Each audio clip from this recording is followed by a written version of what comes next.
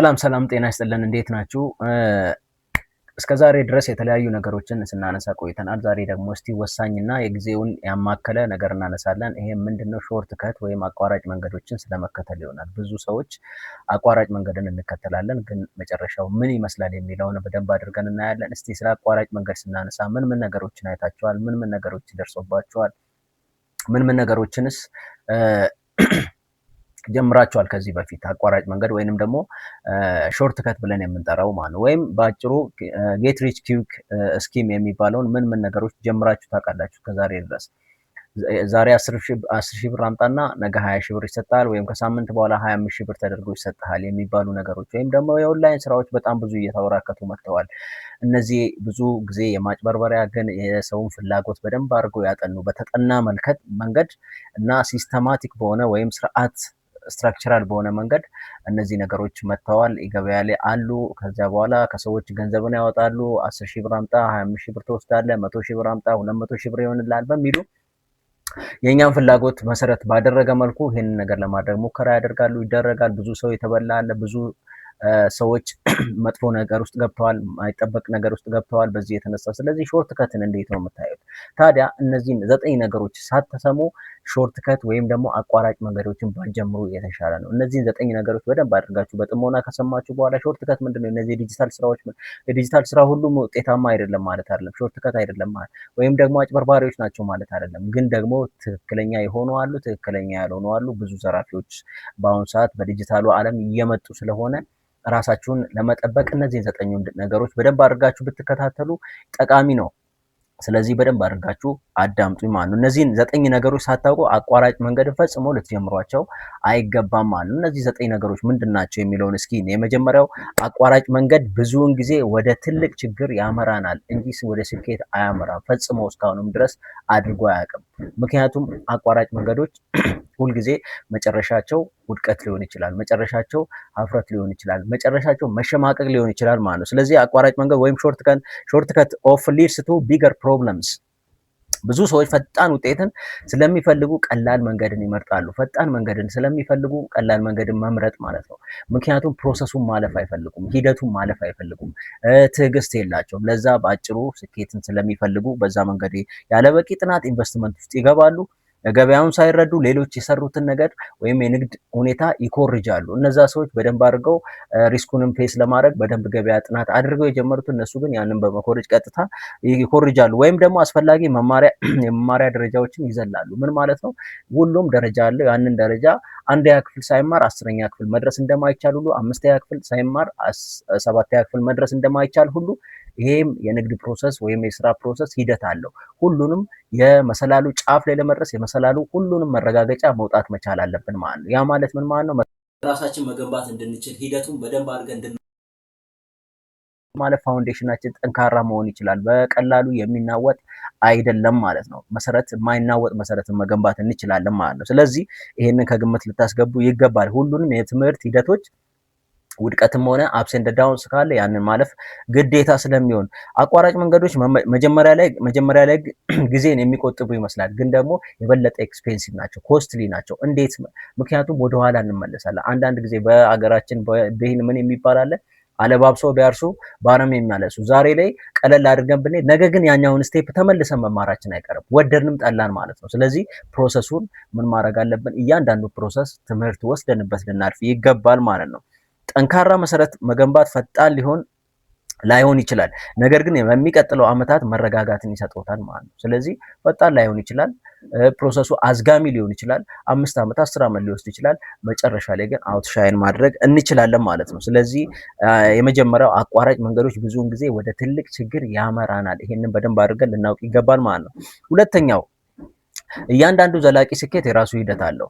ኤቭሪ ላስቲንግ ሰክሰስ ሃዝ ኢትስ ኦውን ፕሮሰስ ትረስት ዘ ፕሮሰስ። ሁልጊዜ ፕሮሰሱን ልናምነው ይገባል። በደንብ አድርገን መድረስ የምንፈልግበት ቦታ ልንደርስ የሚያስችለንን መንገዶች በሙሉ ምን ማድረግ ይኖርብናል? መጠቀም ይኖርብናል እንጂ ሂደቶችን በሙሉ ማለፍ ይኖርብናል። ትምህርቶችን በሙሉ መማር፣ ውድቀቶችን በሙሉ ወድቀንም ከውድቀቶች ትምህርት ልናገኝበት ይገባል እንጂ በቀላሉ አልፈን መጨረሻ ላይ ደርሰን በሆነ አጋጣሚ ብንወድም ንብረታችን ቢወድም ወይም ደግሞ ስኬታችን ባልተጠበቀ ሁኔታ ኦቨርናይት ሊጠፋ ይችላል። ናቹራል ዲዛስተር አለ። ከዛ ማገገም የምንችልበትን እድል እናገኛለን ማለት ነው። በደንብ አድርገን በፕሮሰሱ ካለፍን ማለት ነው። ኢዚ መኒ ካን ቢ ኤክስፔንሲቭ።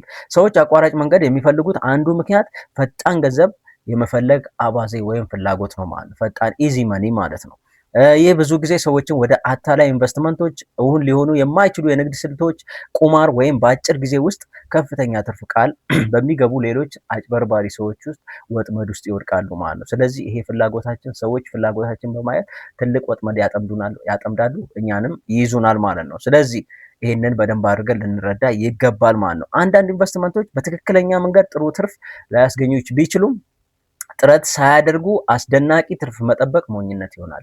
ጥረት ይፈልጋል ሁሉም ነገር። ከእያንዳንዱ ስኬት ጀርባ ትልቅ ውጣ ውረዶች አሉ፣ ትልቅ ውድቀቶች ይኖራሉ፣ ትልልቅ ጥረቶች አሉ፣ ፔሸንስ አለ ማለት ነው፣ ትዕግስት አለ ማለት ነው። ስለዚህ ሀብት በጥበብ በተሞላበት ውሳኔዎች ቀስ በቀስ የሚገነባ እንጂ በአንድ ጀንበር የምናመጣው ነገር አለ። ውሳኔዎች የዕለት ዕለት ውሳኔዎች የዕለት ዕለት ዘ ሰም ቶታል ኦፍ ኢች ዴይስ ዲሲሽን ማለት ነው። የዕለት ዕለት ውሳኔያችን መጨረሻ ላይ ስኬታማ ሊያደርገን የሚችለው እንጂ በአንድ ጀንበር የሚገነባ ነገርም አይደለም ማለት ነው። ስለዚህ ይሄንን በደንብ አድርገን ልናውቅ ይገባል። ቀላል ገንዘብ ውድ ሊሆን ይችላል። እንዴት ነው ቀላል ገንዘብ ውድ ሊሆን የሚችለው ማለት ነው? ስለዚህ ይሄንን በደንብ ልናውቅ ይገባል። እያንዳንዱ ስኬታማ ስራ ፈጣሪ ወይም ኢንተርፕረነር ባለሀብት ወይም ባለሙያ በስተጀርባ ምን አለ?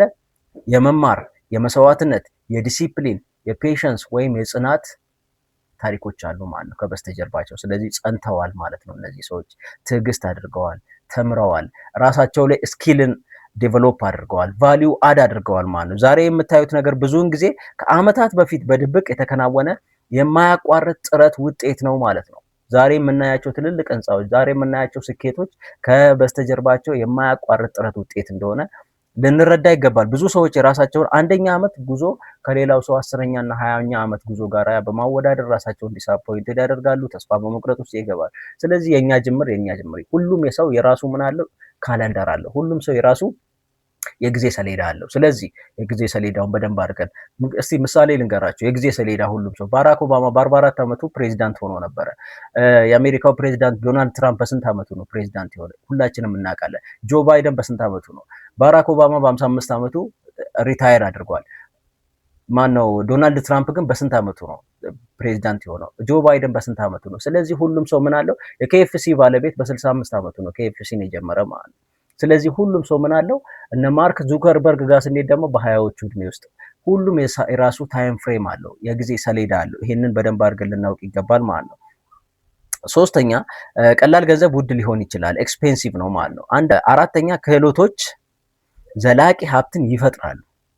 ክህሎቶች ዘላቂ ሀብትን ይፈጥራሉ። ስኪልስ ክሬት ዌልዝ ዛት ላስትስ። ምክንያቱም ራሳችን ላይ ቫልዩ አድርገናል ማለት ነው። ክህሎቶችን ስንማር የተለያዩ ክህሎቶች በሚኖሩን ሰዓት ንብረት ቢኖረንም ሀብት ቢኖረንም ስኬታማ ብንሆንም ኦቨርናይት ቢጠፋም ያንን መልሰን ማምጣት እንችላለን ራሳችን ላይ እስከሰራ ድረስ። እውቀት እስከ መጨረሻው ጊዜ፣ ክህሎት እስከ መጨረሻው ጊዜ ያገለግለናል። ከዜሮ መነሳት እንችላለን። ገንዘብ በአንድ ጀንበር ሊጠፋ ይችላል። ለምሳሌ የሎተሪ አሸናፊዎችን ታሪክ ሰምተን እናውቃለን። በሀገራችን በውጭ ሀገራትን በተለያዩ ቦታዎች ላይ የሎተሪ አሸናፊዎች በተመልሰው ወደ መጀመሪያ የቀድሞ ስራቸው ላይ እንደሚመለሱና በጣም መጥፎ ሁኔታ ውስጥ እንደሚገቡ እያየን ነው። ያ ብቻ አይደለም፣ የቤተሰቦቻቸውን ሀብት የወረሱ ልጆችን በተመሳሳይ። ምክንያቱም እውቀት የለም፣ ምክንያቱም ፕሮሰሱን አያውቁትም፣ ሂደቱን አያውቁትም፣ አፕስ ኤንድ ዳውን ወይም ውድቀቱን አያውቁትም። በዚህ የተነሳ ምን ይሆናሉ ማለት ነው? አብዛኛውን ጊዜ የቤተሰቦቻቸውን ሀብት የሚወርሱ ልጆች ብዙ ጊዜ ወደ ጥፋት ያመራሉ። ሀብቱም ዘላቂ እንዳይሆን ያደርጉታል ማለት ነው። ጊዜውን ጠቃሚ ክህሎቶችን በመማር እውቀቱን በማሻሻል እና በተግባር ልምምድ ማካበት ኤክስፒሪየንስ ማለት ነው። ፕራክቲካል ኤክስፒሪየንስን በመውሰድ ጊዜ ማሳለፍ በቀላሉ የማይወገድ ዘላቂ የሆነ ክህሎትን ማዛበር እንችላለን ማለት ነው። ክህሎት ያለው ሰው የገንዘብ ችግር ሲገጥመው መልሶ መቆም ይችላል። ከዜሮ መነሳት ይችላል። ከዜሮ መነሳትን ያውቅበታል። ምክንያቱም እሴት እንዴት እንደሚፈጠር ያውቃል። ገንዘብ እንዴት ወደሱ እንደሚመጣ በደንብ አድርጎ ያውቃል ማለት ነው። ገንዘብ ለማግኘት አቋራጭ መንገድ ከመፈለግ ይልቅ የበለጠ ዋጋ ያለው ሰው ሆኖ መገኘት ምን ማለት ነው? ራሳችንን በሰራን ቁጥር ሰዎች የሚፈልጉን እኛ ስኪል ያለን የእኛን ስኪል የሚፈልጉ በትልቅ ዋጋ የሚገዙ ሰዎች መሆን እንችላለን። ራሳችን ላይ ስኪል ዴቨሎፕ ካደረገ ሻርፕ ሆነን ከተገኘ ሰዎች እኛ ሳንፈልጋቸው ራሱ ፈልገውን እንዲመጡ ያደርጋሉ። ስለዚህ ራሳችን ላይ የመስራት ላይ ትኩረት እናድርግ ማለት ነው። ጊዜውን ጠቃሚ ችሎታዎችን በመማር እውቀቱን በማዳበር እና ተግባራዊ ልምምድ ምክንያትን በማካበት ላይ ያሳልፉ ማለት ነው። የተካነ ሰው ከገንዘብ ነክ ችግር ማገገም በቀላሉ ይችላል። ምክንያቱም እሴት መፍጠር እንደሚችል ያውቃል ማለት ነው። ከዛ በተጨማሪ ሁልጊዜ ወደ ገንዘብ የሚያደርሱ አቋራጭ መንገዶችን ከመፈለግ ይልቅ የበለጠ ጠቃሚ ሰው ሆኖ መገኘት፣ ለሰው አስፈላጊ ጠቃሚ ፕሮብለም ሶልቨር ሆነን ስንገኝ ሰዎች ወደኛ ይመጣሉ። የበለጠ እሴት በፈጠሩ ቁጥር እድሎች ምንም ያለማሰለስ ያለመሰልቸት ወደኛ እድሎች ይመጣሉ። እኛ ወደ እድሎች ሳይሆን የምንሄደው። አምስተኛ ዲሲፕሊን ሁልጊዜ ከደስታ ወይም ከአቋራጭ ይበልጣል። ዲሲፕሊን ኦልዌይስ ቢትስ ኤግዛይትመንት። ብዙ ፕሮጀክቶች በስሜት ይጀመራሉ፣ በሞቲቬሽን ይጀመራሉ፣ በኤግዛይትመንት ይጀመራሉ። የሚያልቁት ግን በጣም ጥቂቶቹ ናቸው። ፕሮጀክቱን የሚጨርሱት ጥቂት። ዛሬ ስሜታዊ እንሆናለን፣ ነገ ያ ስሜታዊ ነው። ዛሬ ሞቲቬትድ እንሆናለን፣ ነገ ሞቲቬሽኑ ዲክላይን ያደርጋል፣ ኮላፕስ ያደርጋል። ዲሲፕሊን ግን at any mood whether we are in good mood or bad mood በትክክለኛው ሙድ እንሆን በየትኛው ሙድ ብንሆን ስሜታዊ ሳንሆን ብናዝንም ብንከፋም ብንደሰትም ምንም ቢሆን ያ መስራት ያለብንን ነገር ከኛ የሚጠበቀውን ነገር ማድረግ ያስችለናል። ስለዚህ ዲሲፕሊንን መማርና መለማመድ ራሳችን ላይ መገንባት ግዴታ አስፈላጊ። ዲሲፕሊን ማለት ተነሳሽነት ባይሰማንም እንኳን መሰራት ያለበትን ነገር ይሰራል፣ መቆም የለበትም። ዛሬ በምንም አይነት ሁኔታ ስራዎች ሊቆሙ አይችሉም ማለት ነው። ይህ ማለት በተከታታይ ገንዘብ መቆጠብ ካለብን በተከታታይ ዛሬ 5 ብር ቆጥበን ነገ 10 ብር አይደለም። ዛሬ 1000 ብር ቆጥበን ነገ 2000 ብር፣ ከሚቀጥለው ደግሞ 3000 ብር አይደለም። 3000 ከሆነ 3000፣ 10000 ከሆነ 10000 በየጊዜው መቆጠብ ያለብንን ነገር መቆጠብ ይኖርብናል። ይሄ ዲሲፕሊን ነው ማለት ነው። ዲሲፕሊን ቢትስ ሞቲቬሽን ይባላል ብዙ ጊዜ። ስለዚህ ዲሲፕሊን ያላቸው ሰዎች ረዥም ጉዞን መጓዝ ይችላሉ። ተነሳሽነት ይመጣል ይሄዳል። ዲሲፕሊን ወደፊት እንዲራመዱ ያደርጎታል። ዛሬ ይመጣል ነገ ይሄዳል። ዲሲፕሊን ሞቲቬሽን፣ ተነሳሽነት፣ ኤግዛይትመንት ማለት ነው። በጣም ስኬታማ ሰዎች ከስሜታቸው ይልቅ ልማዶቻቸው ላይ ያተኩራሉ። ልማዶቻቸውን ይተማመናሉ። ምን ማለት ነው? በልማዶቻቸው ላይ ትኩረት አድርገዋል። ሀቢት ሆኖባቸዋል ማለት ነው። ያ ሳይሰሩ ማደር አይችሉም፣ ሳያነቡ ማደር አይችሉም ማለት ነው። ማንበብ ካለባቸው እያንዳንዱ ቀን ያነባሉ ማለት ነው። ስለዚህ ይሄን ዲሲፕሊን በራሳችን ላይ ማድረግ ያስፈልጋል ማለት ነው።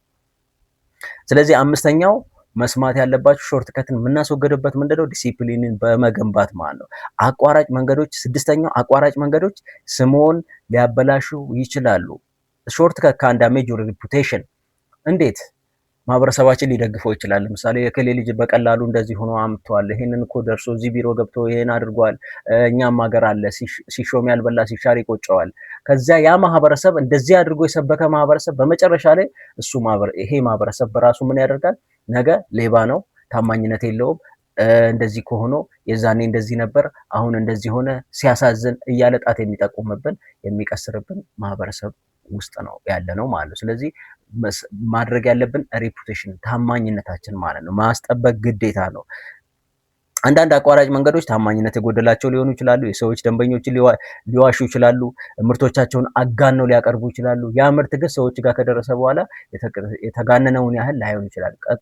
በሚቀጥለው ጊዜ ያ ደንበኛ ተመልሶ ላይመጣ ይችላል። የገንዘብ መዝገቦችን ሊያዛቡ ወይም ደግሞ ፈጣን ትርፍ ለማግኘት የስነ ምግባር ደንቦችን ሊጥሱ ይችላሉ። ይሄ የስነ ምግባር ደንቦችን ከጣስን ደግሞ ነገ ከነገ ወዲያ ህይወታችን ለትልቅ አሉታዊ ተጽዕኖ ያመጣብናል ማለት ነው። እነዚህ ድርጊቶች ጊዜያዊ ትርፍ ሊያስገኙ ቢችሉም ሲጋለጡ ግን እምነትን ሙሉ በሙሉ ያጠፋል። እምነት ደግሞ የሰው ልጅ እምነቱን ለመገንባት ረዥም ጊዜ ይወስድበታል። እምነቱን ለማጥፋት ደግሞ በጣም በአጭር ቀን ውስጥ ወይም በአንድ ቀን እምነቱ ሙሉ ለሙሉ ማንነቱ ሊበላሽ ይችላል። ተቋማትን በተመሳሳይ ማለት ነው። የተበላሸ ስምን መልሶ መገንባት እጅግ በጣም ከባድ ነው። መልሶ መገንባት እጅግ ከዜሮ መገንባት ይሻላል፣ መልሶ ከመገንባት ማለት ነው። ደንበኞች፣ የንግድ አጋሮች እና ቀጣሪዎች ብዙ ጊዜ ከማንም ከኖሌጅ ከስማርትነስ የበለጠ የሚፈልጉት ምን ነው ማለት ነው? ከኛ ታማኝነታችን ይፈልጋል። ታማኝ ሆነን መቀጠል ይኖርብናል። ሁላችንም ለራሳችን ታማኝ፣ ለተቋማት ታማኝ፣ ለሁሉም ነገር ታማኝ መሆን ይገባናል። ታማኝነት ይጠብቁ። እሱ ከትልቅ ንብረቶች ውስጥ አንዱ ነው። አሴት ነው። ታማኝነት አሴት ነው ማለት ነው። ስለዚህ ስድስተኛው ምንድነው? አቋራጭ መንገዶች ስምን ሊያበላሹ ይችላሉ። ስለዚህ አቋራጭ መንገድን ማስወገድ ግዴታ ነው ይኖርብናል ማለት ነው። ሰባተኛው ውድቀት ጠቃሚ አስተማሪ ነው። ፌለር ኢዝ ቫሉዌብል ቲቸር። እንዴት ከውድቀት ሰዎች ይማራሉ?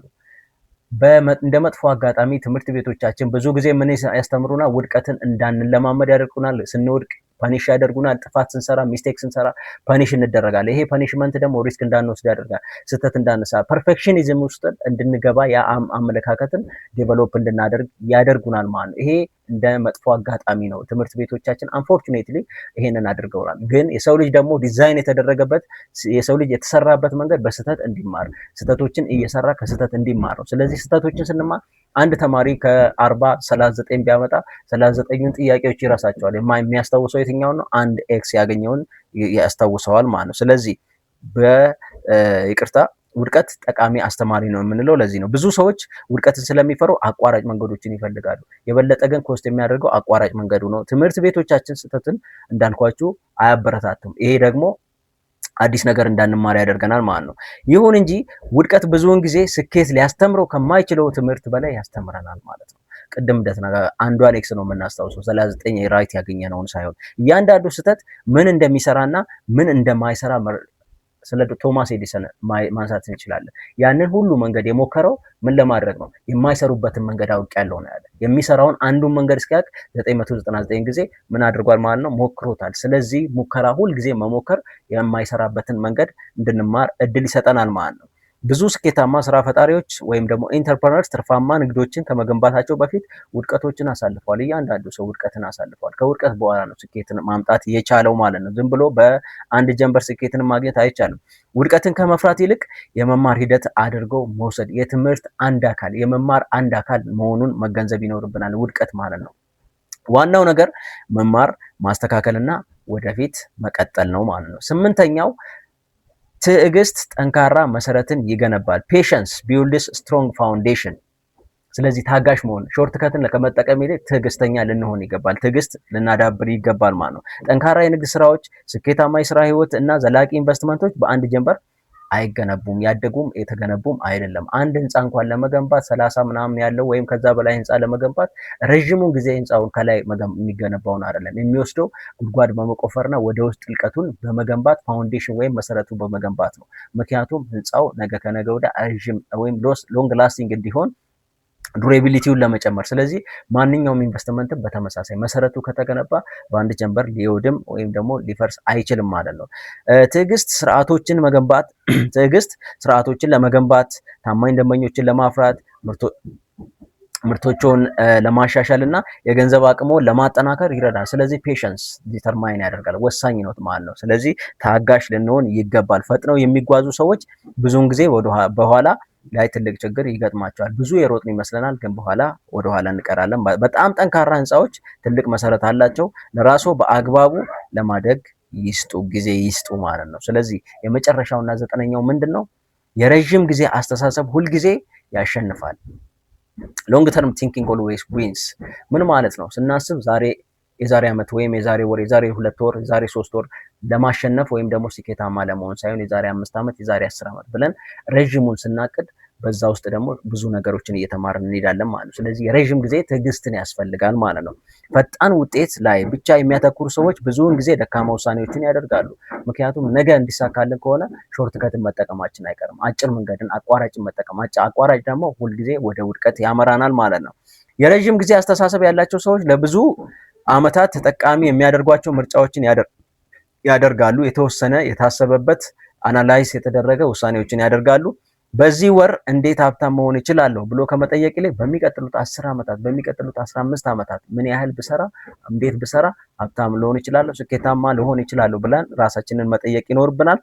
አዝማሚያዎችን ትሬንዶችን መከተል አይደለም። ትሬንዶችን መከተል ማለት ምን ማለት ነው? ዛሬ የተሸለመ አርቲስት እና የአርቲስት መሆን፣ ሙዚቀኛ ስናይ የሙዚቀኛ መሆን፣ ሯጭ ስናይ ሯጭ መሆን፣ የንግድ ባለሙያ ወይም ስኬታማ የቢዝነስ ሰው ስናይ ስኬታማ የቢዝነስ ሰው ለመሆን ሳይሆን ምንድነው እኔ የምሰራው መስራት የምችለውስ በእኔ ላይ ስኬታማ ሊያደርገኝ የሚችለው ምንድነው የሚለውን በደንብ አድርገን ልንገነዘብ ይገባል ማለት ነው። ሰዎችን በማስደመም ሰዎችን ወይም ኢምፕረስ ለማድረግ ከማውጣት ይልቅ ወደፊት ገቢ በሚያስገኝ ነገሮች ላይ ኢንቨስት ማድረግ፣ ኢምፕሬሽን ለማተኮር፣ የሚያምር ሰዓት፣ የሚያምር ጫማ፣ የሚያምር ሱፍ መልበስ እዛ ላይ ይሄ ሰዎችን ኢምፕረስ ለማድረግ ከማድረግ ይልቅ ኢንቨስትመንቶች ላይ ስኪሎች ላይ ኢንቨስት ለማድረግ ራሳችን ላይ ቫልዩ አድ ለማድረግ ስራዎችን መስራት ተገቢ ነው። የረጅም ጊዜ አስተሳሰብ ስሜታዊ ውሳኔዎችን ከመወሰን ይልቅ በጥበብ የተሞላባቸው ውሳኔዎችን ስለሚያበረታታ ዘላቂ ስኬትን ይፈጥራል ማለት ነው። ስለዚህ እነዚህ 9 ነገሮች በደንብ አድርጋችሁ ሳታዳምጡ ሾርት ከት ወይም አቋራጭ መንገድን እንዳትጀምሩ።